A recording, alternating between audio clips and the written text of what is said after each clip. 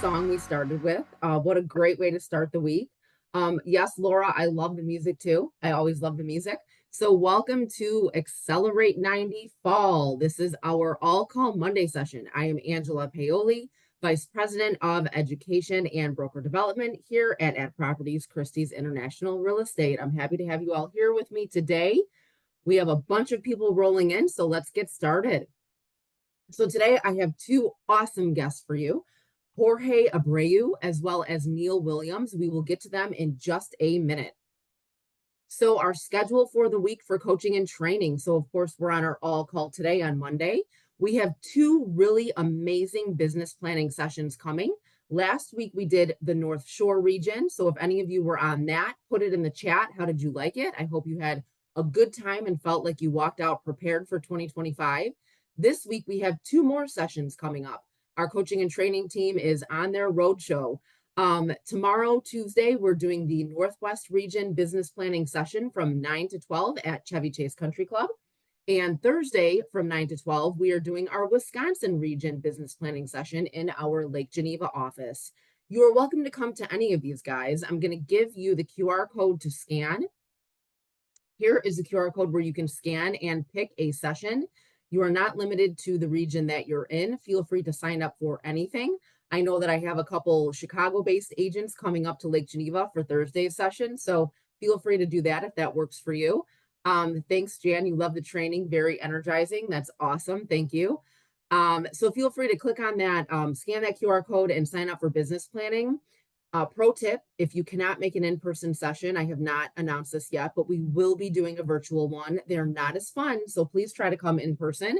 In case you can't get there in person, we will be doing a virtual one in early November. More info to come on that. So Expo 2024, this is going to be on November 4th, starting at 8:30 a.m. It is a full day, an inspirational day of marketing, technology, industry leaders, networking with probably 1,000 of your counterparts and colleagues and vendors. It's a really great event. So if you have not registered for Expo yet, please scan that QR code and sign up for Expo. And then, of course, we have Ninja Installation, one of my favorite events of the year. I will be managing this. We bring in a professional Ninja trainer from the Ninja Selling Company. He is amazing. If you are looking to learn how to truly change the trajectory of your career, this is for you. This will teach you how to increase your income per hour so you can have a life. So yes, it talks about work-life balance. It talks about plenty of things that we really believe in at Properties, including how to create deeper relationships, how to create value for your clients, how to have very good operational systems, how to be an on-purpose realtor versus an on-accident realtor. This is a 4-day, fully immersive training program where you're with me for 4 full days from 8 in the morning till 5 at night. But truly, it will change your business. So if you're interested in that, we have about 30 seats left. Please jump on that. All right, I'm done with all my promoting. I'm going to stop sharing my screen. And Neil and Jorge want to hop on. Good morning. Good morning. How are you guys? Good morning. Beautiful day. Lovely day, right? Lovely day. Neil just made it in. By the last minute, he was stuck in traffic, right? You know, it was like one of those movies where you see like all the different things pop up. It's like one of those training videos. Like, can I go any slower? All of a sudden, a baby or woman's pushing a baby, and then all of a sudden, the dog is worried. It's like everything that can delay you is popping out. I'm like, are you serious right now? But here we are. So Neil's good at business planning, logistics planning. Yes, right. For sure. Plan for the unexpected. I'm glad you made it. I'm super excited to have both of you guys here today. I really love our theme of the day. So of course I love themes. Jorge, did you say you love analogies? I do love analogies. Okay, so we're going to have a few of those today, but I love themes. So our theme today is aligning your business plan to your life plan. And we had a really good call to prepare for this meeting today.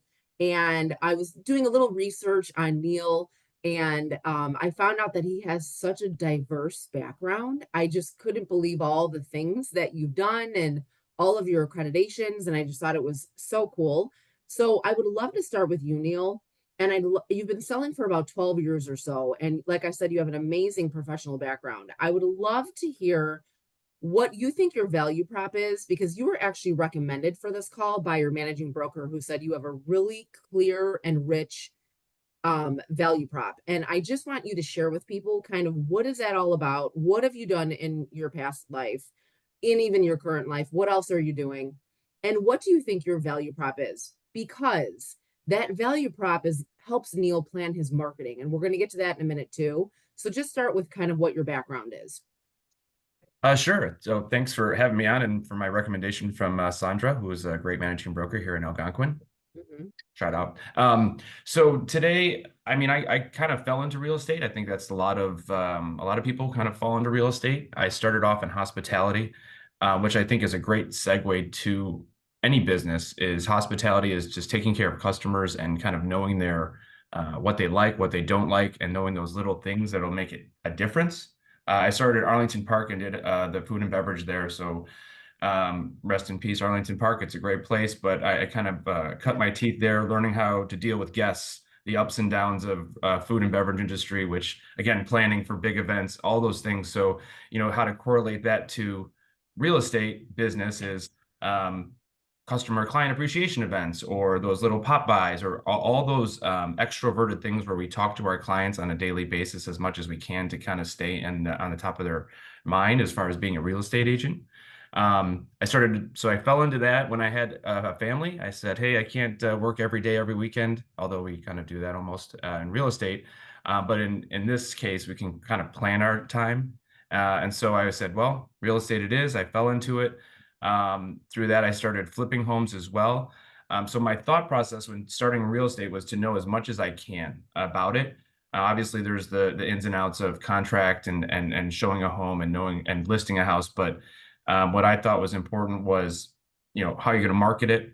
What are your costs? When I was flipping homes, you as a real estate agent, knowing how much it would be to do new flooring, do a new kitchen, or update this, update that, while also saying, okay, I don't want you to spend 10,000 if you're going to only make 5, right? So what is the best ROI? So I think between having a business background, not only in hospitality, but a graduate degree in business, and so marketing, all those things. I mean, we have our own business, right? So my value prop is, my team's value prop is, we want to be your, not just a transactional agent for you. We want to be there if you need help redoing your home, even if it's just to redo your house, just to make it nicer, not to sell, but to be your go-to home advisor, if you will, in this small little section we out here in Algonquin, way out west here. But my team focuses mainly in the Cary, Crystal Lake, McHenry, Woodstock, Lake in the Hills, Huntley area out here.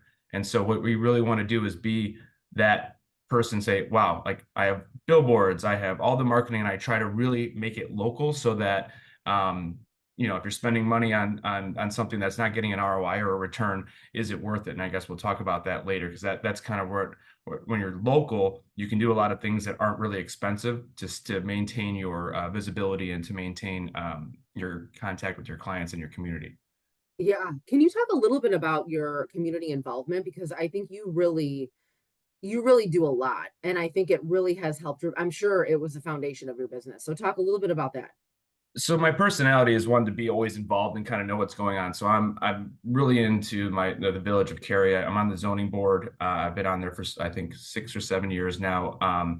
The Chamber of Commerce are obviously very important places and clubs and activities to do. That's a great one. So I'm on the board of the Chamber of Commerce in Cary.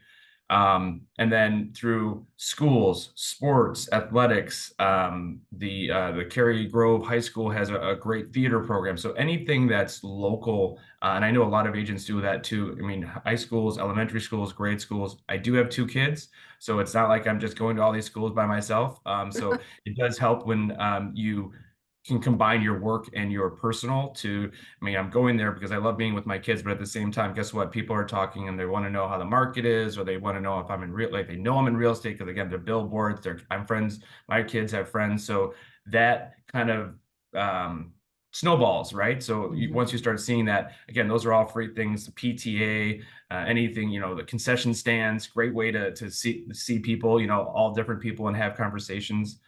So that's kind of how, again, free advertising or free talking to the public is perfect for a small town. Yeah. And so when we were talking last week, you talked about how you tried this new thing for social media last year, at paying for social media help. So tell us a little bit about that story. So like any, again, doing business planning, it's like, how can we take it to the next level? How can we take it to the next level? And as you know, through COVID, it got completely crazy. Hopefully everyone enjoyed the wave and was so busy and working. I'm like, well, I can't do all the social media stuff because I'm just too busy. So let's hire someone. And I did that. And she is great. She was fantastic.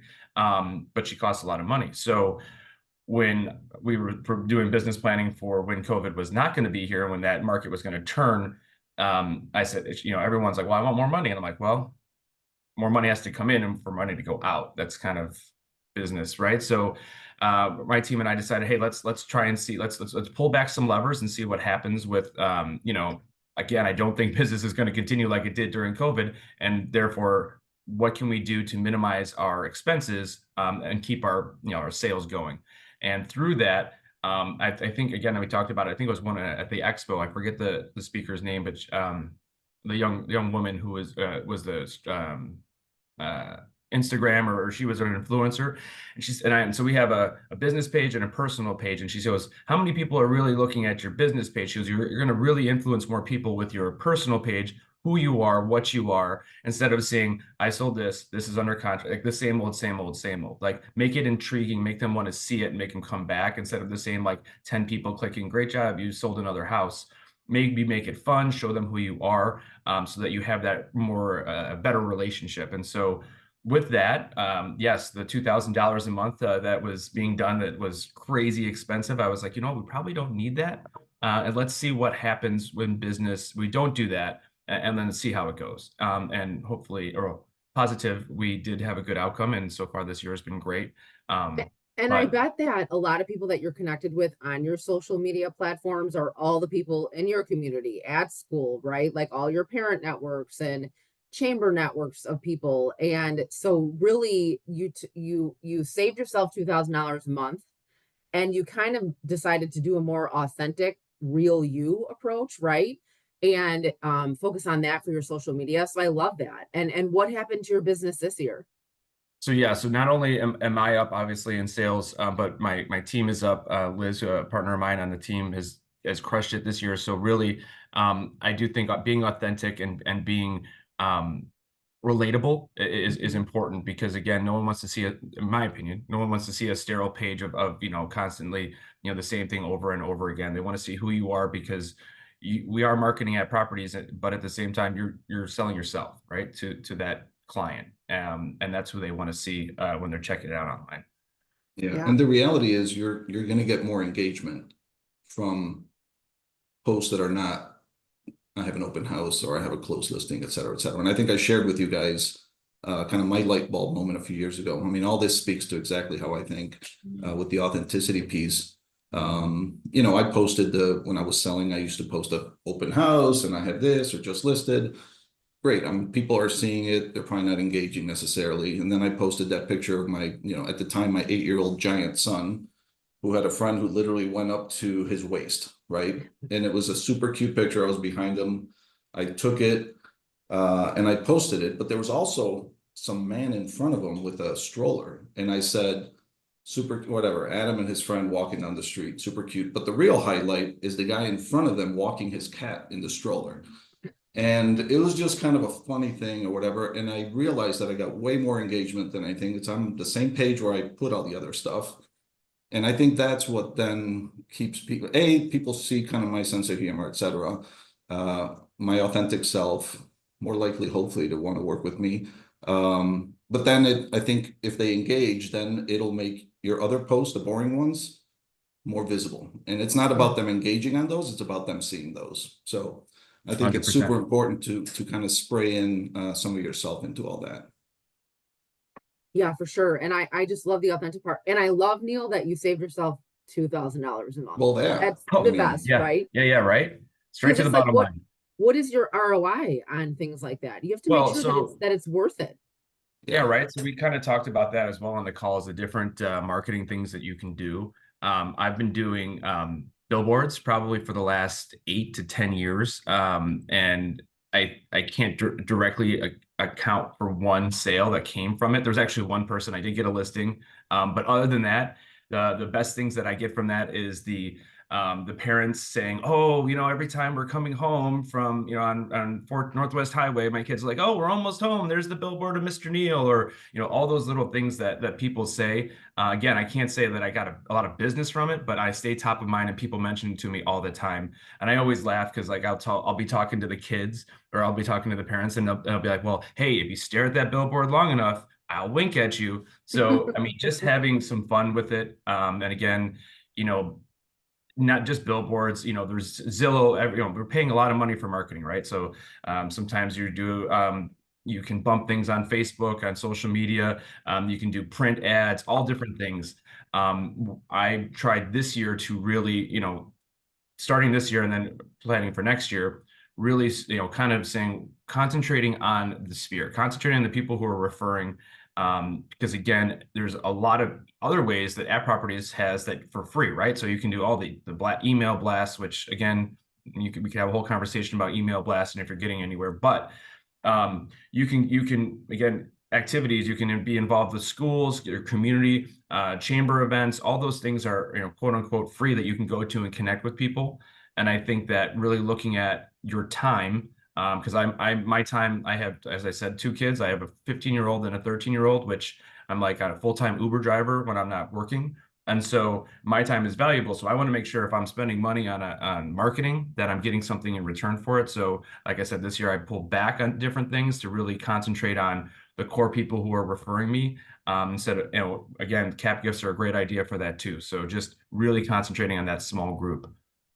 Yeah, I love that. can I Yeah, just go say ahead, something in Jorge. terms of along with those activities too, keep an eye out because there's super affordable opportunities to market yourself too. I mean, I know people have been doing like banners on the, the baseball outfield wall, et cetera, but I had a band kit at the high school. I could buy a full page ad for like $100 and it would show up on every program throughout the school year. $100 for all the people who I'm going to see on a regular basis. Mhm. And it was right there in front of them every time they came to a band concert. So, so where else can you get $100, whatever, 8 different programs throughout a year to a targeted crowd? Yeah. Super simple. Yeah.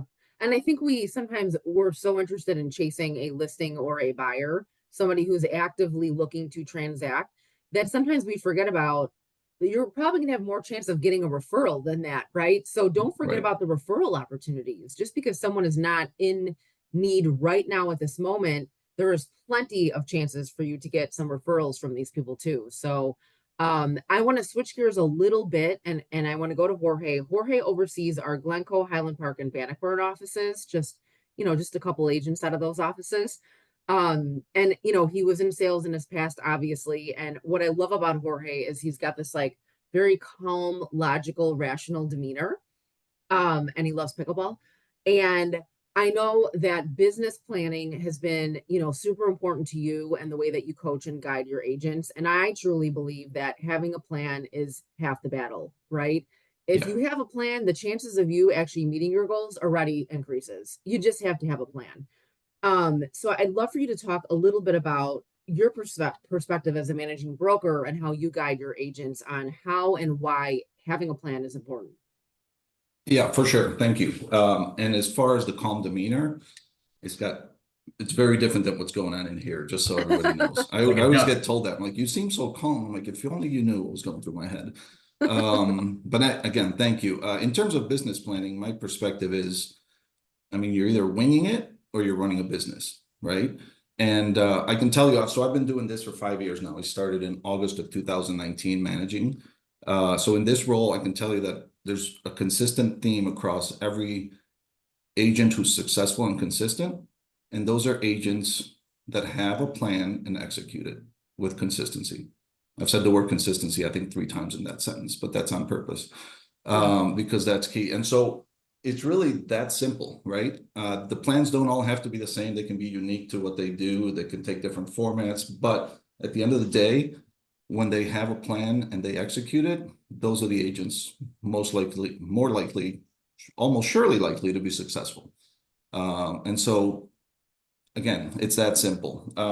I also think a good business plan really starts before you put the plan together, and it really has to start with an assessment and an audit about on what you're doing. So to Neil's point, right, he kind of stepped back and took a look at some of the money he was putting in different places and decided that maybe he could, redirect some stuff or change some stuff around. So I think before you get into the business planning part, you kind of have to do an honest audit of what you're doing or what you're not doing, and go from there. And can I hit you with the analogy? I'm not sure it's my best, but We're ready. so the analogy is for this time of year in terms of business planning, I think of it as like being on the we're all on the treadmill, right? Or treadmill, take whatever workout routine you have. And so this is the time of year to kind of step off the treadmill for a little bit. Think about everything you're doing. I'm sure along the year you've seen others do things and you're like, oh, I should do that, or I want to do that, or that looks cool, et cetera, et cetera. Lay all that stuff on the table, kind of reassess some of the stuff that you think you should do. You're going to realize after you do an audit and look at your business plan makes zero sense for you. So set it aside, right? And then again, once you have everything laid out, put the pieces together, create your business plan, hop back on the treadmill or whatever, Peloton or whatever machine. I guess I should say Peloton. That's all we say Yeah, around right. here, right? My bad. I should have changed that. Total miss. So yeah, so that's kind of my thought on business planning. Form a plan, and then just execute it. You don't have to Yeah. think about it, just execute it. And I think it's important to note that, a lot of agents stress out about creating like this perfect business plan. Right, It's not right. perfect. Doesn't And have to be, right. the way you're going to figure out what works for you is by doing some things that don't work for you. So Neil was doing this social media at $2,000 a month and realized, okay, well, I don't think this is really working for me. And so he pivoted and it is now not going to be included in his business plan. So don't be afraid to make mistakes. There is no clear answer for business planning. Again, it's making mistakes, learning, and then growing from there. And every plan is unique to you. So sometimes you do the things that you shouldn't do to figure out what you should do, right? That's right. Yeah. Yeah, I mean, all the tools are there. There's no right answer for everybody. I mean, there's some basics that I think we all know we need to do. But again, take a step back, reassess it. And I'm going to tell one more little story. I got to tell my little girl softball story, right? Yeah. So, back in my glory days when I used to coach little girls softball, softball's not that difficult of a game unless you're a 10-year-old with a glove and a bunch of parents screaming at you, or screaming for you, I should say. It's pretty simple, right? When these girls would, there was a batter, they would get our ground ball and they knew to throw to first base. Pretty simple. Most would get it, not all, right? And so when I coached, I used to talk to these girls about kind of understanding what's going on around them, figuring out the situation. So now let's fast forward that hitter got to first base, that grounder comes to the girl, and I can tell you 90% of the time it was absolute chaos, right? Because there was a lot of confusion. Kids didn't know what to do. People are screaming, throw there, et cetera, et cetera. So my coaching was always like, every time before a pitch, before a new batter, assess the situation. There's a runner on first. If I get a ground ball, I can throw to second, I can throw to first. And the idea there is you don't have to think, you just have to execute. So again, with the business plan, put it together, lay it out, and then just come the beginning of the year or come whenever, even later this year, all you have to do is execute. Love Hope it. that makes sense. That was a long way to get there, but right. Be prepared, right? Make sure you're yeah, it fully makes it a lot prepared. easier then. So what I see a lot is, let's go to real estate and a business opportunity comes up. And just like that little girl who gets the ground ball and there's a runner on first and she doesn't know what to do, people's heads kind of explode and they're like, okay, what do I do now? And so part of your business plan should also include all the processes that you're going to have in place. So when that listing appointment or opportunity comes in, you should know exactly what you're going to do. Here's what I need to put together. Here's the analysis I'm going to do, et cetera, et cetera. Just have it all laid out so you don't have to think and scramble. You just have to execute. I love that. And do it authentically. Do it knowing what your value proposition is. And I want to get to our last point in our conversation today. is how to align that plan to your life goals, right? And so when we were talking last week, in like the last 5 minutes of our conversation, Neil said something that completely hit home with me. And he said, look, I set a minimum goal for myself every year. And once I hit it, I'm happy. Like I don't need to do more than that. My work-life balance is important. Seeing my kids is important to me. I feel like agents sometimes, like, there's just a lot of pressure if they put the plan together, don't reach the goals. Sometimes the goals are unattainable. There's just a lot of those kinds of dynamics going on. And so I love Neil being like a top agent. He's like, look, once I hit that 10, I'm kind of done, right? Like I'm happy with it. So Neil, talk a little bit about that. Well, I think for sure, depending on where you're at in your business and your career, right? It all changes. I'm fortunate to be in it for, over 10, 12 years now and have a great sphere and have again, done a good job of really communicating to my local area who I am and what I do. So I'm able to kind of keep my sphere going with referrals, and I'm obviously marketing in different ways. But yeah, to your point, Angela, I have a 15-year-old and 13-year-old. It hit me when my wife said, "Oh, we only have 2 more spring breaks left." And I'm like, wow, like I was the guy, and Jorge and I talked about it when they were younger. I was the person on spring break or on vacation doing the offers while the kids were in the pool playing. And that was a big moment of like the kids were like, "Daddy, won't you come play with us?" And I'm like, oh my gosh, like had to shift. And again, back to business planning. What do you need? I mean, we could work 24/7, 365 on real estate. There is when people say, "Is it a full-time job?" And I laugh and I said, it's more full-time than most full-time jobs because we're always on call. All right. You can set your times up and you can set your availability for sure. But in the end, when you're trying to make your business start, you are 24/7, 365. And to that point, I've gotten to the point where I'm like, listen, I'm coaching my kids from 5:30 to 7:30. I will try to text if I can. If not, I will get back to you. But my clients know who I am. A lot of my clients have come from coaching because I know their kids or I know their family. So they, again, the value proposition is this is who I am. I am involved. I know my details. I know I've watched little Johnny grow up. I've coached him for 6 years, or maybe it's Olivia or whatever it is. Those relationships I've continued to foster. And they know who I am, not only business wise, but ethically, how I treat their kids, how I treat their team, how I run my teams. To Jorge's point, like, man, if you want to get crazy, coach a little league like soccer, football, basketball. Those parents are crazy. Yeah. Our customers are nothing compared to them, and they're like 10 years old, not even. So for me to balance my life, like again, here's my numbers that I want to hit. Again, I think this year definitely has been, we all have challenges when it comes to, and I think Jorge was talking about it, like all of a sudden, hey, my house has been on the market for like a week or 2 weeks. All of a sudden you're getting that client that you used to have maybe 4 or 5 years ago, where it's like, my house isn't selling. What are you going to do? And now it's like, now you're on the spot. Like, well, what is your plan? Right. If we talked about it, like if it hasn't hit here, what are we going to do now? What are we going to do now? And then it's just executing.